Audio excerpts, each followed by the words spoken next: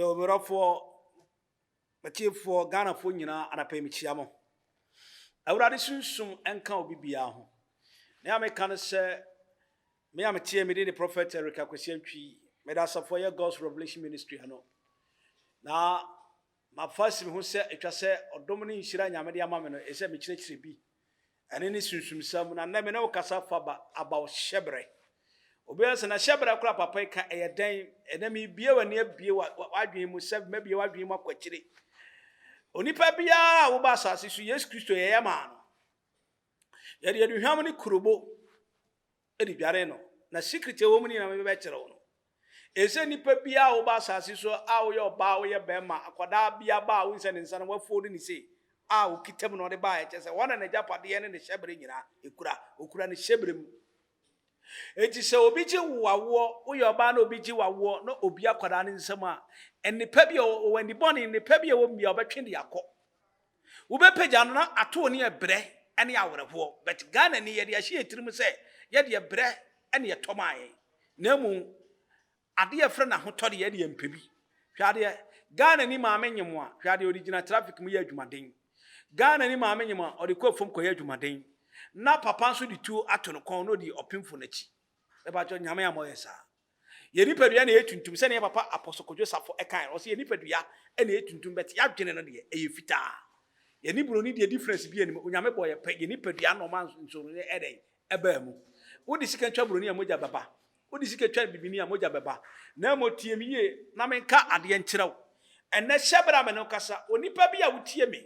se ne na wonnim e na wo behu a me pacho fa ma nyina na ya de fa mom na emom ne nyinhyira me pacho akoda bi ya wo no foforo ode ne hyebre ne bae enti maame papa nurse ni na age na wo no still akoda ne kita na de no de bae me pacho wodi ni bedufia ansa na wotwe ne yaga se wo na wotwe yenyini mpie na wotwe ne yenyini mpie no ade etwa se wo yeni me pacho tie me etwa se wonya kurobo wonya kurobo na hwade na wodi atu nsuom kurobo ne ya de tu ntama so a end center na ntama no mu hwam no eno na me ka wansam ye woni ye de dafun enya no a ne ye de tu adaka mu no eno fatu nsuom me pa cha wodi asuru nsuo ene beye na wa hye ne si ho anapatututu na wa hura kwara ne nsem me pa cha nya ba na ye be ma na ye eyeja ene ye because eja ne oni tiri ona kwada ne firi ni mu ene wa beto ba ne ye no wa ba wiase enti ye besu akwara ne se na wa mo amu no wa biem no wa wuhuru mu no wa huru nas na de asi ho obey the sa for 1 week after 1 week ni me pa cho tie me ne hyebre ho asem ne ye ka hyebre ho asem na afo wa hya ase di dware no akwara na dwem bebie ene pa bi o de ba asase su ni obekura na di mu obe make sure say ene pa be di nanim nyama pa bi awrade de ma no ne package na ne portfolio ye beka bra portfolio nyama de ma ne ba asase su no obehwe say ebe kura yi na aboho ban obi ntimi se na emo hwade obi ewo ani ebi ofro bi so medware ma awfo bebre problem ye no nipa na odware kwala no unim huhu matini mu unim ne ekita no nti ebra o miemi akwala no a opepa ne nsam no okita ne boni nti opepa ne nyina tugu ye na hwade ye dware ye ma ye se akwala na kwa agyanan nti ye kohwe nsuo na gu ebi aka akwan mu ne ye hwe guo ebi abola so ne hwe guo me pa cha una osesa kwala ne hyebre ti akwala ne be pija no na ne nipa nyina eko ebi a saade wonti na me ka kire wosesi ya me pa cha tie hyebre wansam ne ka no oba na nyini we be sofo na akwada na nyini den na metima ye ma akwada na ayeyie tie me ma me kan kire wo ade atwa se wo yenie me pa cha tie wo de be se kope kurobo no ope kurobo na ya frade bi se tender stone kope bi opa fa kurobo ni any tender stone nyina hyensuo wo hyensuo a me pa cha brode ya friend brode ha ban apentu na ha ban utwa na anadwo no mani nyina agina so no wadware wo mo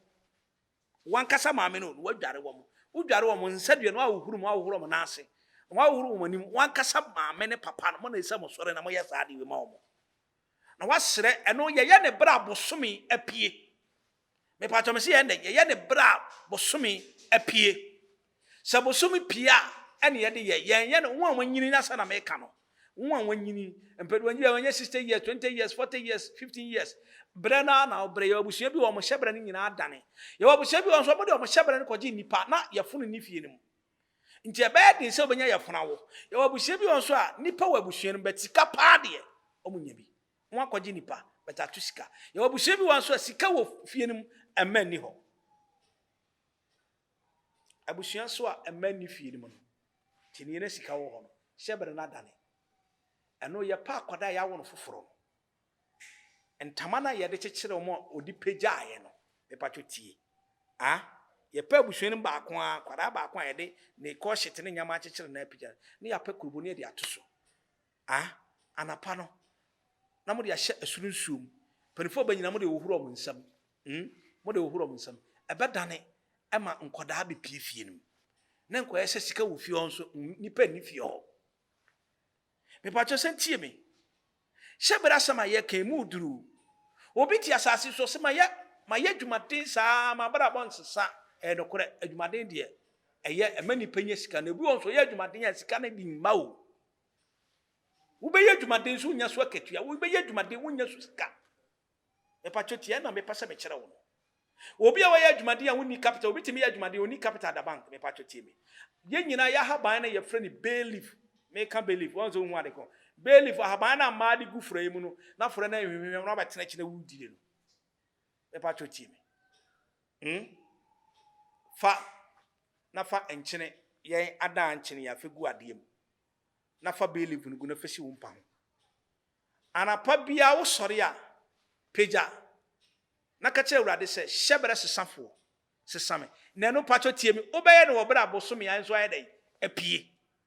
onye ne keke bosom pie pe na aba start ya de hyebere sesafo wo peja ne sia hyebere sesafo sesame na hyemanu nyam na siehie me enu tama bosom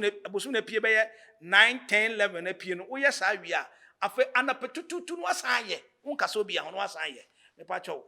believe ni nkyina wonsa na sort ya dan sort ekita power ekita tumi on se wonim ti wo ho adwiri na nyama nyina agi wonsam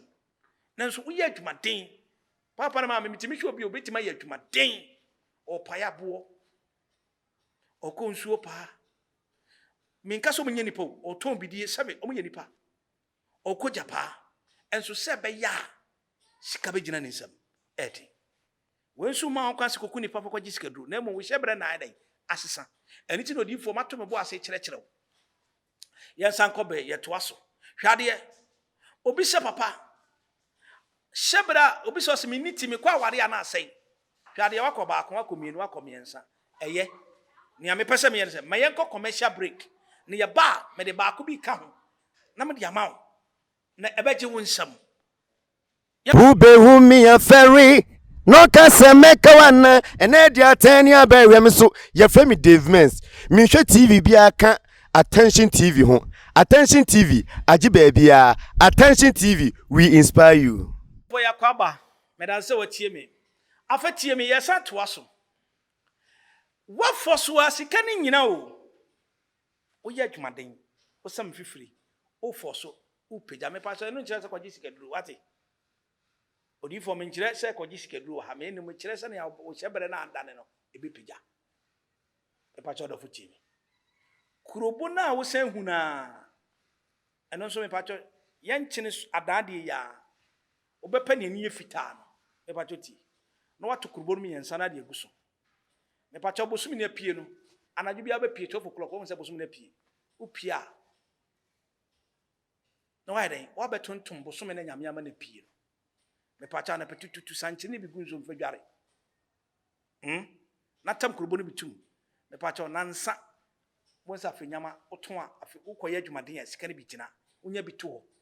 me pa cho hwa were ho wo me se obi se me ye kristoni but na kristofo ne ya asere fo pa adan wura to ni dempo no tuko ofinsan mo no tuba pokuase nso odu ho no ena ho so dan bo no ko so no tuko nsa ho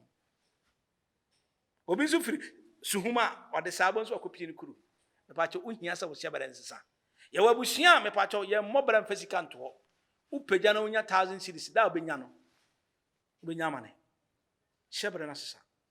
obi betima ka se aware a me ko mu kura de mani nye makwa aware baako mienu miensa me ko bia na ma ba fie me pa cho ye hyebere na nsa ene me de miniti wa awade me pa cho wo ti wa awade me ma ti me ka wo ti ewa awade nim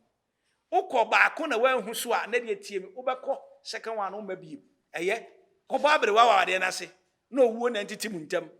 na nyesa afa ukọ a na aba ade school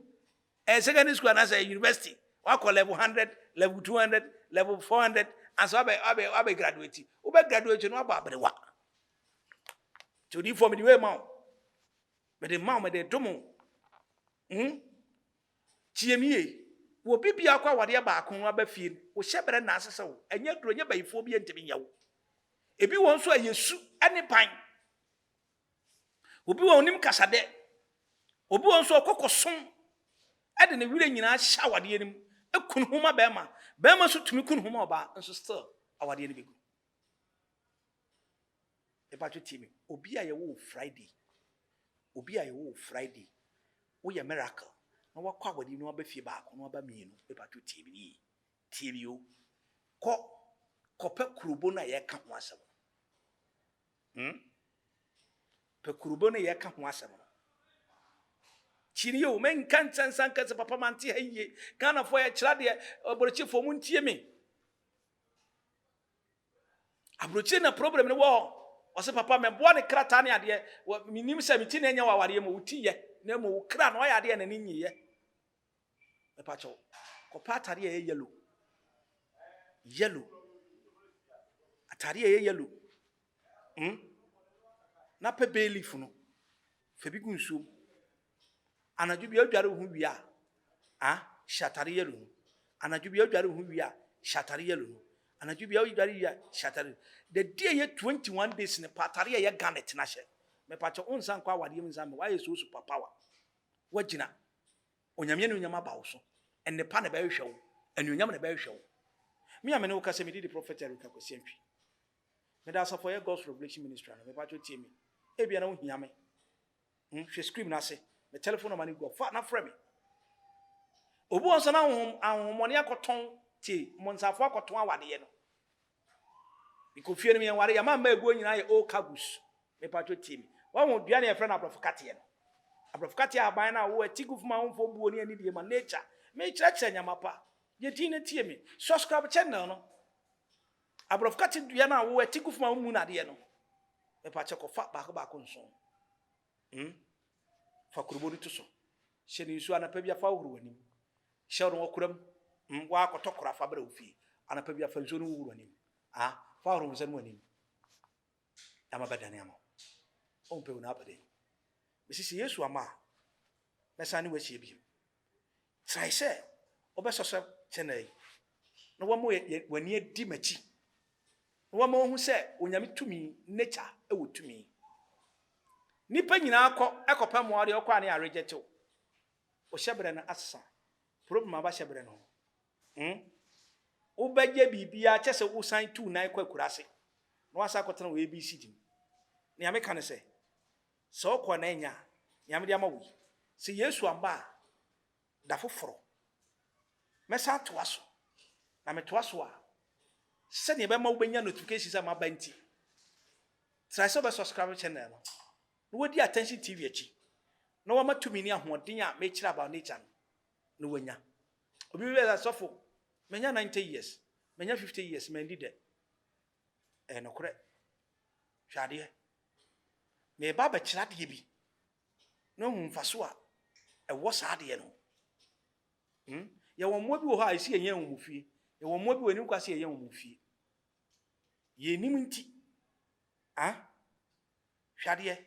abo krama ye nyankopon abode abo gyamo ye nyankopon abode obi wo ha wo kra no empese obeye gyamoa empe kraman na wakofo na ba fio nti wode ne ba wanwo se nansa na wotwemi no wuye nti wokoso ya wode fia ka wo kra o ma wo hu ani onyam da o ma wo hu yedie da be pa cho tiemi ya haban ye frɛ ne nyinya kope kurubo na fatoso na hyede nsu anadwo bia fa peti ofie ho anapetutu sa malai na fa bi wuro mo nsam na wona ase ni sa pensi ni mfiri ukra so na ni onyam mmra se Yesu ama hia me na mekoso a kire sunsunsam na aye ni onyam ade ma me da wase me amedi wo hwe me di ni prophet Erika Kwesi Antwi koso ahwe me na ba yinshira